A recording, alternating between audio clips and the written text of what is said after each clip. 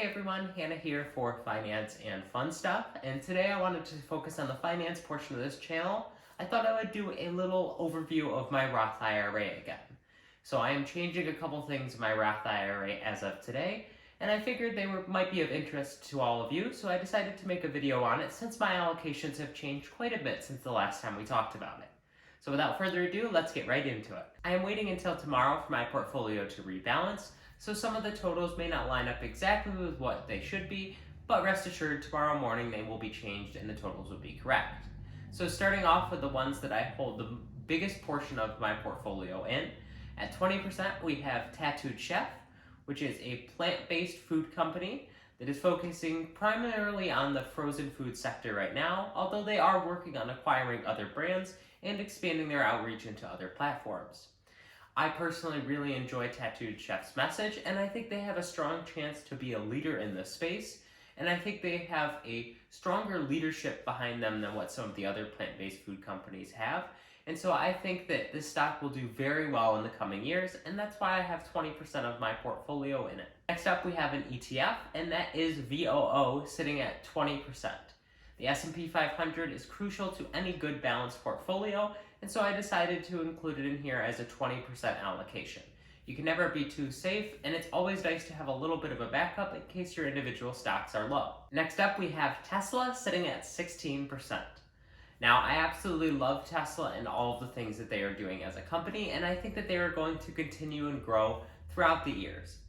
But I do think that I have gotten quite a bit of money from them throughout the years by investing in their stock, and so I have tailored it back just a little bit, and it's currently sitting at 16% in my portfolio.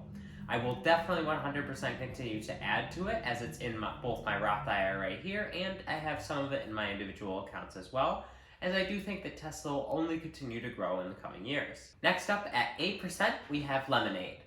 Lemonade is an insurance company that is based off of primarily using AI technology to provide people insurance in an easier to use way. I personally absolutely love Lemonade, and I use them whenever I can.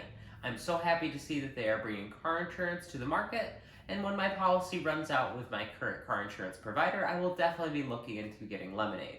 I find that their app is just so quick and easy to use, and I feel like they will just do very well in the future. They have good, strong leadership, and I feel like that focus on an easy, quick app that makes everything super simple will really do well for them in the future as more millennials grow to the age where they are thinking more about their insurance options, and I think they will be able to absolutely destroy the car insurance sector. Next up we have another ETF, and that is VXUS, sitting at 8%. As much growth as there is in the United States stock market, there is always growth to be made outside of the United States stock market as well. That's why I have VXUS listed on here, as it is an ETF that includes the rest of the world's market. As the rest of the world continues to grow, my portfolio will grow as well. Next we have Etsy, sitting at 7%. Etsy is a giant in the e-commerce space, and there are plenty of things you can get on Etsy that you just can't get anywhere else. They are the perfect liaison between small artists and their communities, and I feel like they will always continue to grow because of that. They also have good, strong messaging behind their products, and I absolutely love their marketing. Some of their television ads are just unbelievably awesome, and I absolutely love the people that run the company, and so I feel they will always have a place in my portfolio. Next up, we have Coinbase, sitting at 6%. Coinbase is another company that I feel like will grow a lot over the next few years. As cryptocurrencies continue to hit the mainstream more and more people continue to invest in them, they will have to go through an exchange to do so. And while other exchanges exist, that include platforms that are popular, such as Robinhood, there will always be a place for people who are looking for somewhere that is totally designed around cryptocurrency in mind, and Coinbase and Voyager are two of those companies. Personally, I prefer Coinbase, as I used both of the apps, and I thought Coinbase was the easier to use app, and user interface is a lot on what I decide how to invest my money. I definitely think Coinbase has a huge upside in the coming years, although I do think this is an extremely volatile stock and should not be invested in lightly, just like the cryptocurrency market in general. Next we have Apple, sitting at 5%. Apple is a giant in the technology space, and they continue to innovate even if it's not seen so in the eyes of the average consumer. Most people think that, oh, Apple is not innovating at all, but I think they are working on things behind the scenes, And every time they release a new update to one of their phones, I instantly want to buy it. So clearly they're doing something right. Now, I do think that Apple has grown tremendously over the past few years, and although I do think it has growth into the future years, I don't think it's going to be as astronomical as the last 5-10 years of the stock have been, and so that's why I have reduced it slightly in my portfolio. Now getting to the portions of my portfolio that are a lot smaller, and we have Realty Income here at 3%. Realty Income is a REIT, so that is a real estate investment trust. It allows you to invest your money into the real estate market without having to directly invest in real estate yourself. Realty Income built itself around the foundation of a monthly dividend, and that's why I love this stock so much. I have invested in it since the very beginning when I started investing into stocks because I like the idea of being able to get consistent income every single month.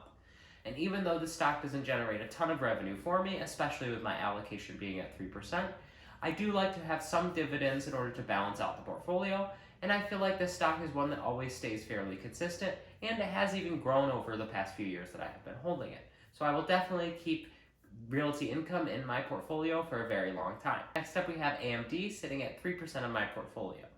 AMD has just been absolutely killing it as a stock over the past 6 months to a year, and I definitely think they still have room to run. That being said, given the amount that they have run over the past year, I decided to lower my allocation of my portfolio just a little bit, and I do think that they will continue to run over the next couple of years, but I want to continue to keep an eye on it and keep an eye on how much of my portfolio is invested in AMD at any one time. Next we have NVDA sitting at 2% of my portfolio. Now, NVIDIA is a company that I don't trust nearly as much as I do as AMD, and I feel like AMD is just generally doing a better job in the space. That being said, this entire sector of chip makers is definitely something that will continue to grow over the coming years, and so I've decided to invest in both of them. Now, I did give a little bit more extra into AMD, and that's because I really do think that their message is stronger, and I think their products are better. Personally, I use AMD products, but I also use NVIDIA products. And I think both of the companies do a good job. It's just about who has the stronger message and who can get that message out to their consumer. And lastly, we have Visa sitting at 2% of my portfolio. Now, Visa is a stock that I have battled with for a little while, and I bought it when it was a little bit pricey, but it kept going up and I thought it was a good deal. And then it started to go down and I bought a little more, and then it started to go down and I kept buying more. And that's the great thing about M1 Finance, is it continues to pile into every single stock every single time you put in money, instead of you having to choose exactly where it goes. And so I was continuing to nibble as the stock continued to slide down. But now that the stock has slid down so much, and after the recent feud that they are having with Amazon in the United Kingdom about getting their cards processed due to too high of a fee, I do think that I don't want to have as much of my portfolio in Visa as I had before. Not to say that the stock doesn't have an immense room to run up, and it definitely can run up tremendously, and it can recover all of where it was before and continue to grow. But I don't have as much confidence in it as I used to, and so I've reduced my amount of my portfolio down to 2% for Visa. So that is all of my allocations in my M1 Finance Roth IRA. I just wanted to say, as I always do, that this is not financial advice. I am not a financial advisor, and you shouldn't replicate what I'm doing just because it happens to be working for me, because it doesn't always work for me either. I think that you should be investing into stocks that you personally believe are strong and are going to go up in the future. And I think that you should invest in companies that you personally believe have a good chance at making it down the line. As much as information online could be a good resource, it shouldn't be the only thing you should be getting your information from, and you should not be copying somebody else's portfolio. And definitely don't copy mine. Well, that's all I have to say about my M1 Finance Roth IRA and how I have rebalanced it today. If you enjoyed this video, please make sure to give it a like, as that really helps my videos spread out around YouTube and get to more people.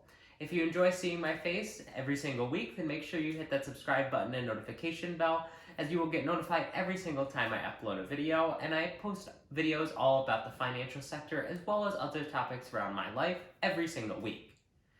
And last but not least, make sure you leave a comment down below to let me know how your Roth IRA is looking or what your retirement accounts are vested in currently.